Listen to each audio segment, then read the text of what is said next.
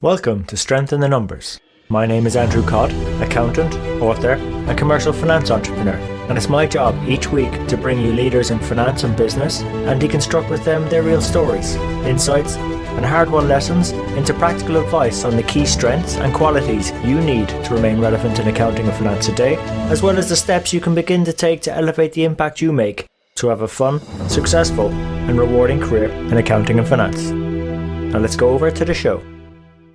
Hi everyone, and welcome to another episode of Strength in the Numbers.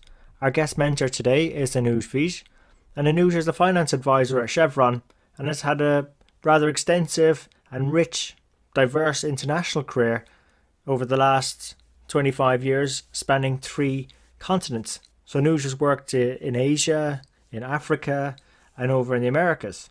And most of his time he's been spent supporting senior management in decision support roles ranging from CFO to advisory capacities. And this episode is actually the first part of 2, and we really just allow Anuj to talk about his career because there's so much good value in that, in the stories he shares, in the practical steps he shares with us where we can actually improve our own careers. And he goes into detail on how he made some of the tough decisions, particularly when moving between continents, and how to move on to the next role. But the one common thread in Anuj's career is the jobs found him. He never actually had to really go looking. So what can you expect to hear in this episode? Well, Anuj shares some thought processes we could all use in deciding how to take on the next challenging assignment. He also goes into the biggest lesson he ever learned about talent management, and also the benefits of working cross-functionally in an unstructured environment, and how finance business partner roles can come about so we can even add more value to the business. So look, as usual, the show notes are on our website at sitnshow.com/podcast/058. So without further ado, over to Anuj and the show.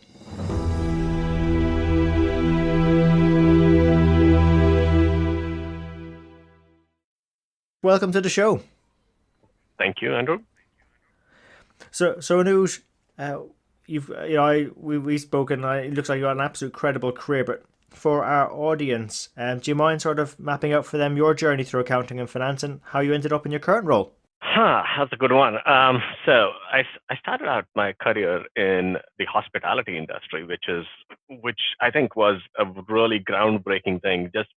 Because it was a different role. It was a new organization that was being set up, and it had basically you doing everything. So it was a break from the traditional mold of what that company had been doing for many years. So it was a new direction for them. It was a new direction for us. And I think that trend has actually been one of the biggest things that has stuck to me throughout my career, is that going into a environment which is unfamiliar, and there's not many established processes, not many established, there's not much structure to the way things are to be done, right? Nobody's prescribing you anything. So those kind of opportunities have been a consistent part of my career, and they have actually been the most transformative opportunities for me as well, from a learning perspective, as well as from a growth perspective, personally and professionally. I think I would I get bored easily, so that's another thing. So I think once I've learned something, I okay, what is next to do? So and that also is another trend that has been with me all through my life. And from hospitality, I was away from the main city. It was in a smaller town, and while I did enjoy the small town atmosphere, I was quite settled. There was the desire to do more, and at that point of time, I got recruited by GE Capital, which was setting up a massive offshoring center in India, and had been looking at setting up a financial reporting kind of function. And oddly enough, I was recruited by them to look at a process for setting up a whole reporting system and processes for a bank holding company, which they had just created, because apparently GE Capital had been going and buying all of these financial companies all over the place. And the regulators had basically said, you know what, you bought a lot of banks. I think we need to regulate you as a bank. And they were like, oh, hold off, please, no. What we'll do is we'll spin all of these off into a separate bank holding company. So it's funny because I was brand new into the company, and I came into I landed up in their headquarters in Stamford, Connecticut, and say, okay, who's my contact? Well, you have to meet this vice president who's going to be working, who you're going to be working with. So I go to this vice president and I said, okay, what's my role? I mean, so say, he looks at me and says, okay, how long did you join the company? I said, well, yesterday. And I flew out today. And he was like, okay, so, well, so we sat down, had a chat, and he's like, okay, we got this problem that we need to deal with. I said, okay, so what are the requirements? He said, well, so he reaches under his desk and pulls out this massive, binder. It has like 600 pages, and he's my like, well, God. he says these are the requirements of the New York State Banking Board, and we need to figure out how to fulfill them. So I spent the next some days reading about it. what those requirements were, and then over the next couple of years, a year or so, we developed all the processes necessary to fulfill that in a simple, easy to execute manner. And again, similar themes: no established process, figure out the process, create one, make it simple enough to execute, and make sure that you can have it executable repeatedly without any problems. So did that.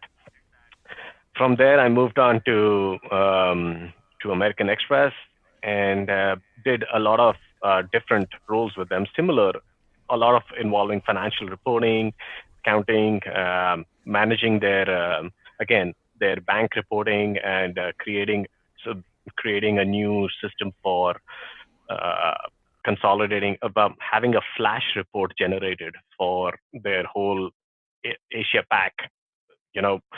What happened was, you have a month close, and everybody in management wanted to know how they did, right? So we needed to develop a mechanism to figure out how their business was doing. So creating KPIs, and then figuring out the process to get the information to fulfill those KPIs information.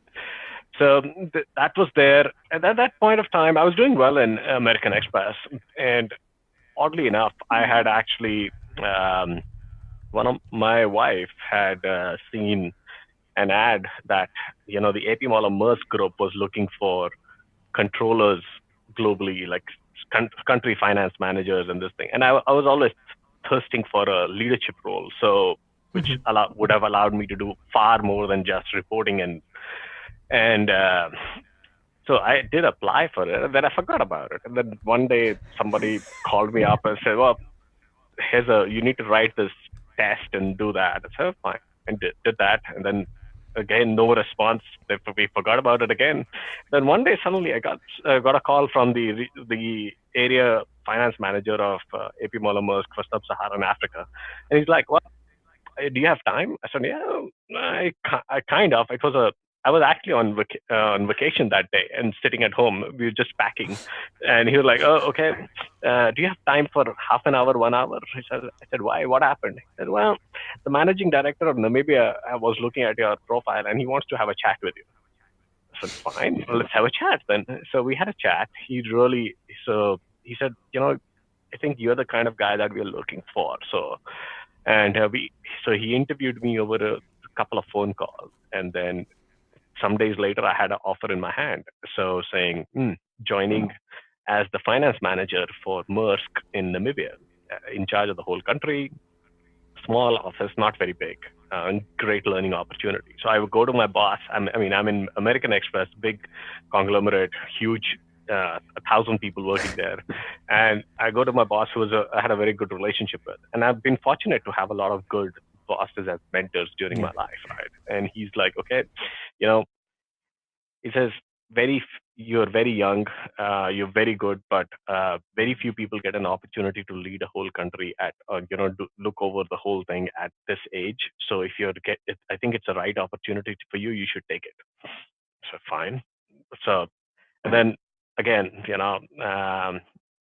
trusting in my instinct, some days later, I was on a plane to Namibia, which was, I mean, till that point of time, I had never even looked at it on a map.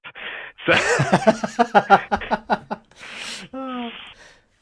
Namibia was a great experience. Starting very nice office, very highly trained people, and as I started establishing myself in Namibia, and uh, I had responsibility for the whole country. We did board meeting packages, being the most senior manager.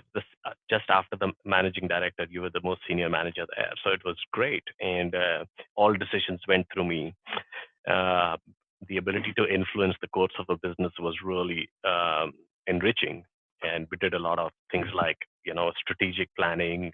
Uh, Investment decisions and participating in regional meetings with the sub-Saharan African management. And for some reason there, they thought that I was good. And then the managing director of the whole for Africa basically called up my boss and said, you know what, I would like him to take over Angola. And asked, I was like, oh, I'm not going to Angola. I've never, Angola was not on my list of priorities because I was like, yeah, I'm very happy here, right? This is really great. And Yeah. I had a little kid at that time and a young daughter, and my wife was expecting our second child, and I was like, Angola? I've heard really, but Angola was the second largest market for Maersk in Africa, just in terms of volumes and size, right? Namibia and Angola was roughly 5 times of the volume that they were handling in Namibia. So it was the Amazing. second most important market, and it had 5 offices and major issues all over the place. Why So, wouldn't you go? Why well, not?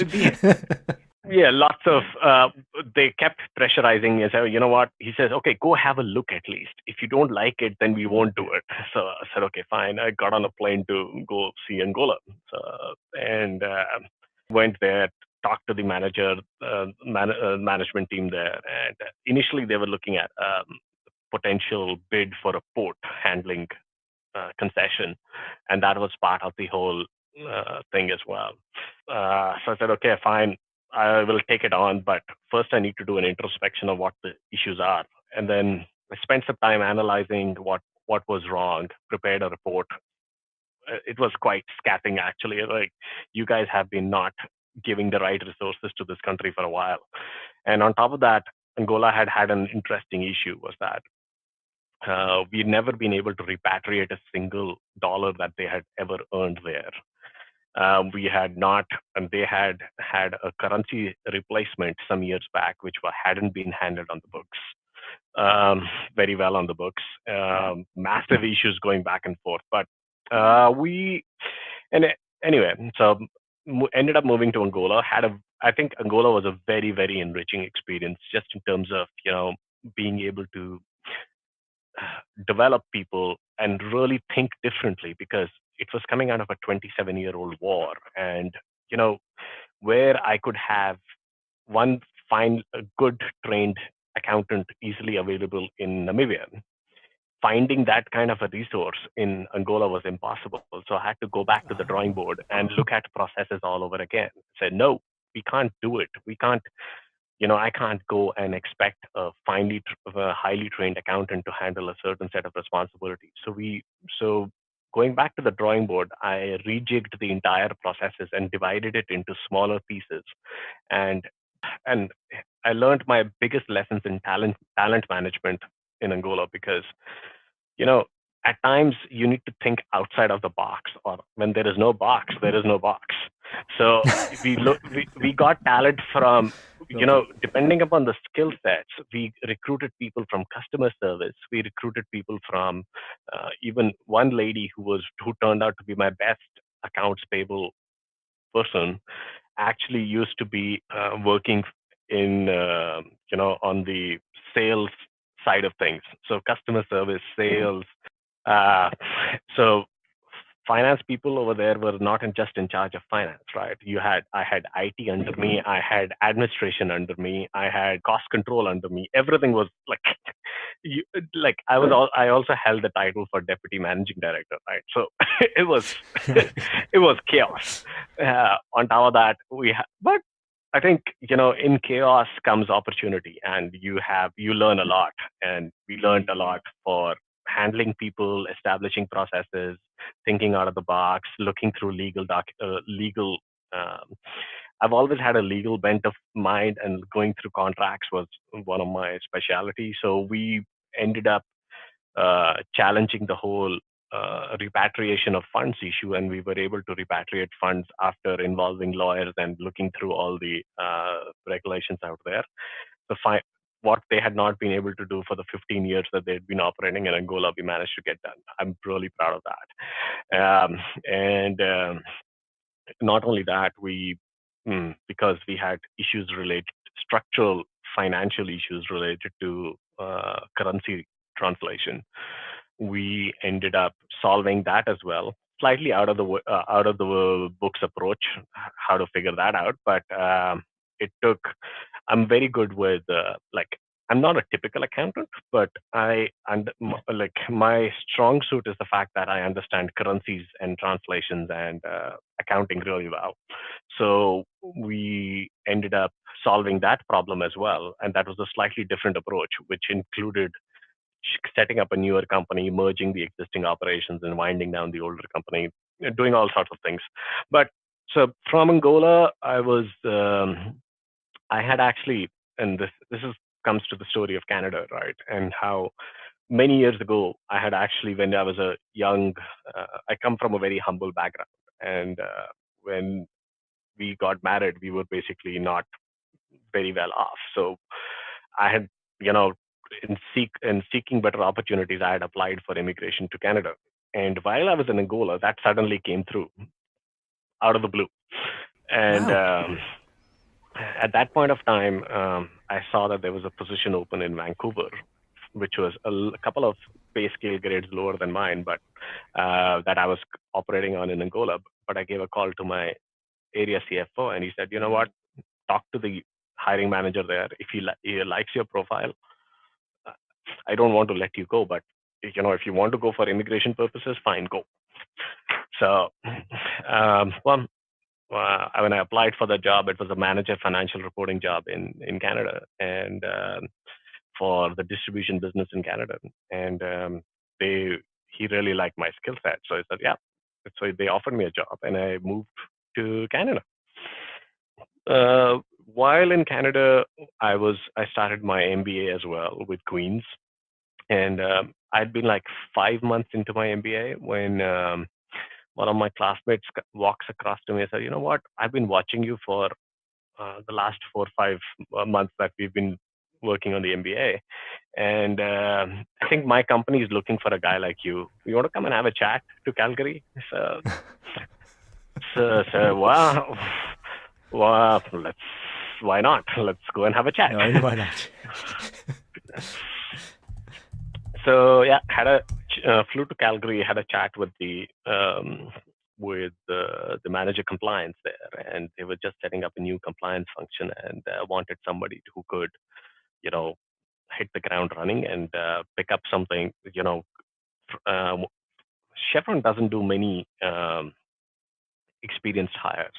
They generally hire people right out of school, and people grow within Chevron.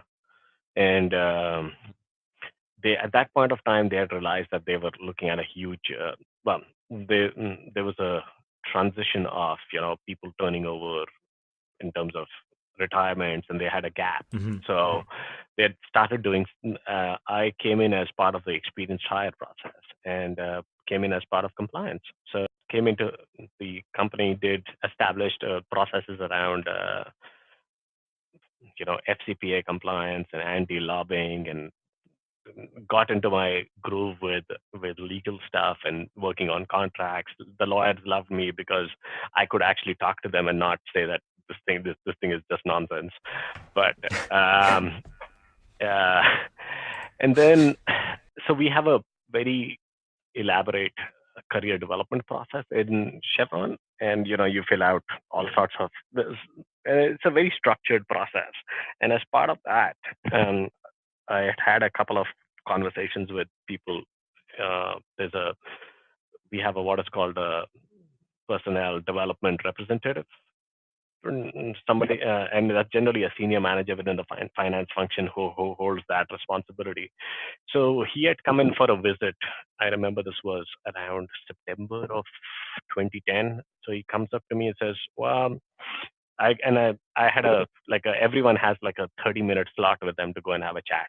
So I go into my assigned slot with him, and he's like, "Oh, Anuj, come. I have a job for you." I said, "What?" I didn't ask for a job. So, well, I think we have a job in Houston, which we think we will be a great fit for. And I said, "Okay, what is it?" So this was a finance coordinator role for Nigeria Mid Africa business unit, which is one of the largest business units in Chevron. But it was for their exploration and development team, which was based out of Houston. Uh, it involved a lot of so again, going back to that, and it was a very, very fulfilling job because it involved all elements of finance planning, uh, legal, participation in FinCom meetings, management meetings, partner meetings. Fantastic opportunity to really leverage cross-functional experience, and was able to do a lot on that particular role.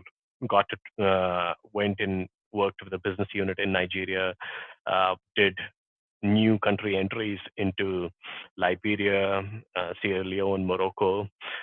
Also handled the farm down of our Liberia blocks, which and wrote most of the GOA accounting procedure myself. It was good. Very, very enriching job again. Very fairly unstructured, fairly needing you know an ability to roll up your sleeves and get stuff done. Then as it was towards the end of that time, around 2012, when uh, our Canadian business unit announced the acquisition of our Kitimat project, and there was going to be a massive team established in Houston. And my boss basically told me that they've asked for you to lead that effort uh, in Houston. So and So, then so, started. so, Anuj, I'm thinking, I'm getting a picture here of like people just, the jobs coming to you. You're not having to go look for any jobs. They're coming to you. Is that fair? Yeah, I've been fairly fortunate that way. Yes. Like, yeah. So you're still in the Chevron journey. You're still in Texas. So what was the next move for you? In Texas, yes. So we did the Kitimat job in Texas again for the next 2 years, and then at that point of time, I was offered the position to head the financial reporting back in Canada. Came back to Canada, and I was the manager of financial reporting for Canada. Also, then handled the well. Then we moved into there was a new position created to look at the capital side of things for the our Cape of Duvernay project, and I moved into that position for looking at the capital spend. I had been barely some time in that position when our Cape of Duvernay project is really growing. So we've grown our production from like 5,000 barrels a day to around 30,000 barrels a day. Wow. And operations was growing, and mm, they wanted somebody with a lot of cross-functional experience to look at, to be like a finance business partner for operations. So they created a role in called the finance advisor operations. It's more like uh, finance business partner operations. And I was offered the job, took it up. It's been a year in this job so far, a year or plus, yeah, plus minus couple of months. And it's been a fantastic journey just because operations is so fast paced, and I was able to do so much on digitization, big data, uh, introducing all sorts of things for Power BI. Very, again, no established role, open-ended job description, be the trusted resource that everyone goes to. That was the drift that was given to me. So, and I think we ended up doing that. I mean, like that's some. I mean, that's some career journey. Like, I'm just trying to summarize in my head. Like, even geography wise, you've not been in this. You've been in multiple countries, not let alone multiple countries, like multiple continents. And I just try to think, like, in terms of all those experiences you've had. Like, what's been the biggest change, if you were to reflect back on it, across your entire journey between when you started and where you are now? What's been the biggest change for you? I think the change has been the way the role has evolved, right? With how finance used to be seen as a back office kind of thing. Now, finance is, people have started to realize that, an integral finance participation in all aspects of the business is key to success. And that is what is, I think, what stands out. So, and again, it differs from company to company, right? So, um, like for example, in AP Moller Maersk, finance was always a very integral part of everything, right? Because they were like, it's the traditional Danish style, right? So maintain control over the finances and everything else will fall into place. Yeah, and it's still working for them. Yeah, I know a few people that work there. That, yeah, exactly, completely agree. But and a large multinational organization like Chevron, where which is highly technical driven, highly driven by the geology under the ground and the engineering that goes above it, right, is also where finance has seen its role really evolve now. Where at one time it was like, okay, most decisions were taken without finance actually being involved half the time. Now, finance is involved in everything. Right? There is nothing in, for example, in my role, there is nothing that happens in operations in which I'm not involved in, whether it is, an operational decision, because at the end of the day, right, everything has a financial impact. Mm-hmm. Mm. So, Yeah, yeah, that's the thing that stands out now. That more and more the closer integration of finance in daily business has grown. So there you have it. Hope you enjoyed today's show. If you'd like to know more about our guests today, their bio, and follow up on the resources mentioned during the show, you can find all the relevant links and more at sitnshow.com. There you'll also be able to get access to earlier shows, read the latest blogs. There's also an opportunity to subscribe to our newsletter, which will give you heads up as to when the next show is coming out, latest events, news, and anything that's going to be relevant to help you have a fun, rewarding, and successful career in finance and accounting. And just before you go, we really appreciate your feedback. If there's something we can do better on the show, something that's not working, or something you'd like to see, even a guest you'd like for us to invite onto the show, someone who you think might be able to benefit you more and also the rest of our community, please let me know. You can email me. I'm at andrew@sitnshow.com, or feel free to connect with me on LinkedIn. Just drop me a message so I know how you found me and we can connect. And really, it's our community that'll make the show. If we keep engaging and driving each other on, we'll keep on building our strength in the numbers. When all is said and done, if we can do the numbers better and finance better, we'll create more opportunities for ourselves, our friends, our families, our communities, and our businesses. So until next time, have a good rest of the week, take care, and let's keep building our strength in the numbers.